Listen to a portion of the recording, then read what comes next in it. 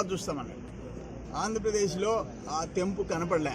మేము హెక్టర్కి చంద్రబాబు నాయుడు గారు 20,000 చేశాడు నష్టపరిహారం. మళ్ళీ జగన్మోహన్ రెడ్డి వచ్చిన తర్వాత దాన్ని 13,500 చేశాడు. ఎన్డీఆర్ఎఫ్ నామ్స్కి పరిమితమైనాడు. ఏదేమైనా ఈ రాష్ట్రంలో రైతుల్ని గాలికి వదిలేసేశారు. దురదృష్టకరమైన పరిణామం. వ్యవసాయ శాఖ మంత్రికి అసలు వ్యవసాయం మీద ఇంట్రెస్ట్ లేదు, రైతులంటే అసలు లేదు. ఈరోజు చూడండి, బోగోలు మండలంలో ఒక 43 years కుర్రోడు 10 ఎకరాలు కౌలు సేద్యం చేశాడు. నిండు 100 ఏళ్ళు బతకాల్సిన కుర్రోడు ఆత్మహత్య చేసుకున్నాడు. వాళ్ళని పలకరించే దిక్కులేదు దీనికి. ఈయన మంత్రి అయిన తర్వాత రైతుల కష్టాలు ఏ రోజు ఎమ్మెల్యే, రెండోసారి ఎమ్మెల్యే అయినా, అంతకుముందు జిల్లా పరిషత్ చైర్మన్, అంతెందుకు అపోజిషన్లో ఎప్పుడన్నా పోయినాడు మమ్మల్ని తిట్టడం తప్ప. రైతుల కోసం శాసనసభలో మాట్లాడినాడా? లేదు. పాపం ఆయన మంత్రి జగన్మోహన్ రెడ్డి క్యాబినెట్లో అడుగుపెట్టాడు. పాపం అయిపోయింది నెల్లూరు జిల్లా. నిన్న ఎమ్మెల్యేల కోటాలో ఎమ్మెల్సీ ఎలక్షన్. మేమేదో రెండో మూడో వస్తాయనుకుంటే 4 వచ్చేసినాయి. అందులో 3 నెల్లూరు, 3 రెడ్డి గారులు. ఈ రెడ్డి గారు అడుగు పెట్టాడు, 3 రెడ్లు నెల్లూరు జిల్లా నుంచి లేచారు. అది ఆయన పాదం. ఆయన అడుగు పెడితే అంతే విషయం. ఈరోజు అందులో ఒక ఆయన నా బావ మరిది, ఈయన బావ అంటాడు, ఆయన బావ మరిది అంటాడు. ఆయన లేచిపోయినాడు. ఇంకొక ఆయన 5 అన్నదమ్ముళ్ళు వాళ్ళు, అనం వివేకానంద రెడ్డి, రామనాయుడు, జయకుమార్ రెడ్డి, విజయకుమార్ రెడ్డి, కాకాని గోవర్ధన్ రెడ్డి. ఇప్పుడు 2 అన్న లేచిపోయినాడు. 2 అన్న వచ్చేసాడు. మా పార్టీలోకి వచ్చేస్తున్నారు. వీళ్ళందరూ లేచిపోయినారు కాదు, వైసీపీలోంచి లేచిపోయినారు. మాకు అండగా నిలబడ్డాడు. పంచమర్తి అనురాధని గెలిపించారు. ఈయనకి మేకపాటి వాళ్ళు ఎప్పటి నుంచో రాజశేఖర రెడ్డి, కాంగ్రెస్ కలవరిచ్చేవాళ్ళు. అటువంటి వాళ్ళు కూడా ఈయన దెబ్బ.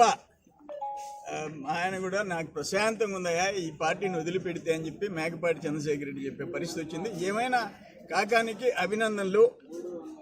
ఇండైరెక్ట్గా అయినా ఆయన అడుగుపెట్టి మాకు సహాయం చేశాడు.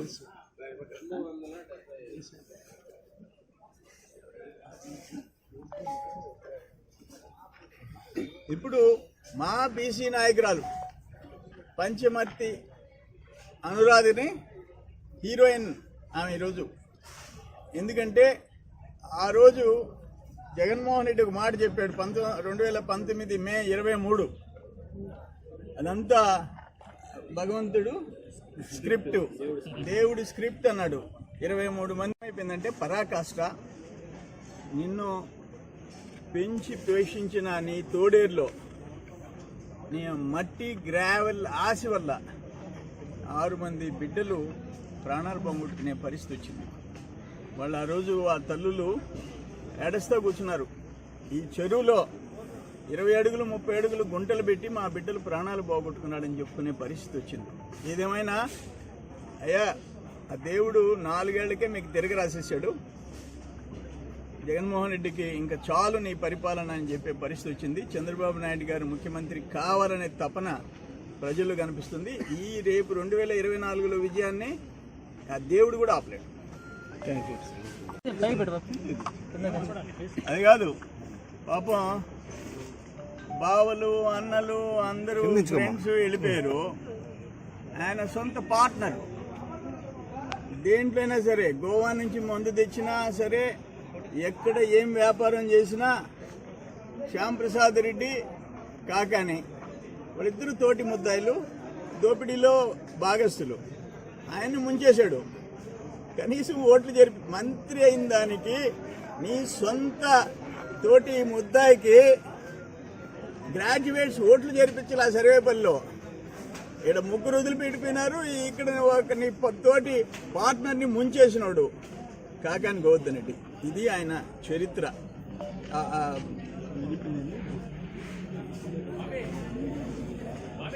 అసలు ఒకటే, మామూలుగా అయితే వైసీపీ ప్రభుత్వానికి, పార్టీకి బీసీలు వ్యతిరేకం అనుకున్నాం.